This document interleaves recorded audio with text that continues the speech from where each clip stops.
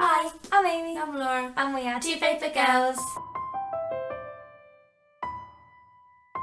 This week's Top 5 Wednesday is your top 5 diverse characters. We've took this to mean characters that are a bit more interesting and don't follow all the typical tropes that you find and things like that. When we first saw this topic, we wondered who would we pick, what defines a diverse character. But when we started to think about it, we have a lot of characters that we do like that we don't really think about that often because diverse doesn't necessarily mean likeable.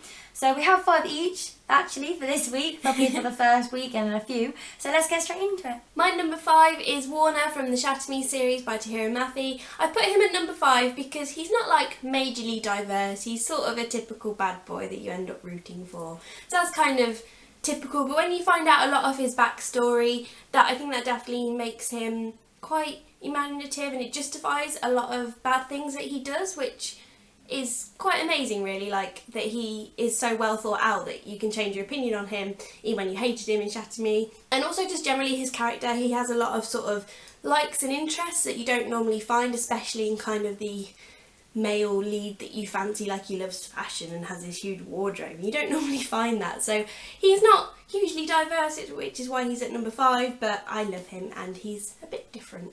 My number 5 is Ed Kennedy from I'm the Messenger by Marcus Zuzak. I haven't read this book for about a year now, but it feels really recent anyway because I remember a lot about this book. Ed Kennedy is just a taxi driver, but then he starts receiving these cards that tell him to go to these places and help out these people. And he's just your average teenager.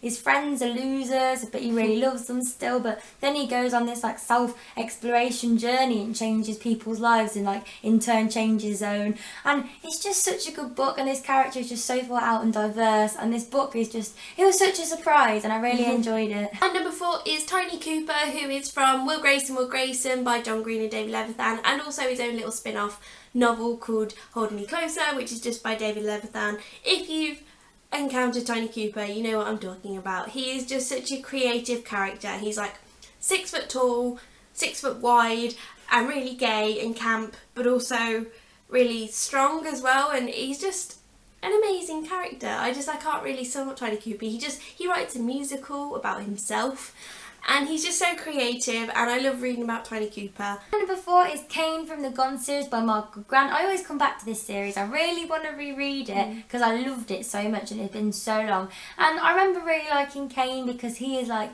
typically the evil anti-hero in the book. It's a Lord of the Flies kind of dystopian modern day twist on it. And Kane redeems himself, but he's always just so diverse in his motives of being evil, and I just love him to pieces. My number 3 choice is Nehemia from Crown of Midnight, which is by Sarah J Maas, the second book in the Throne of Glass series. I've got on to this Throne of Glass whirlwind that is BookTube at the moment. And Nehemia is quite an important character, and I just love her to pieces because she's just diverse and not something you normally read. She's sassy and educated and fighting for women's rights, and she's just amazing, and I love her. I really love Nehemia. I can't really explain why, but she definitely jumped out at me when I saw diverse characters because I remember reading her thinking she's so different. I haven't read anyone like her before.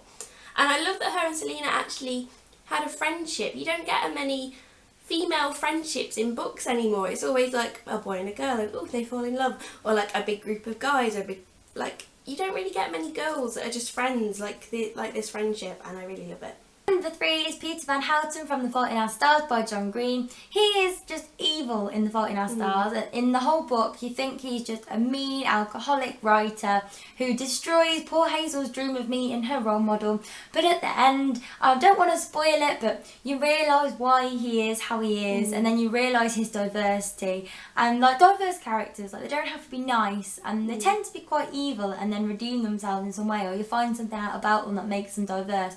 But you just make them like him so much more because a secret. It's a secret which we can't say. But Peter Van Houten is just he pulls at my heartstrings a little bit. I still hate him at the end. He doesn't get redeemed that much, but that's an entirely different story. I'm going to stop rambling.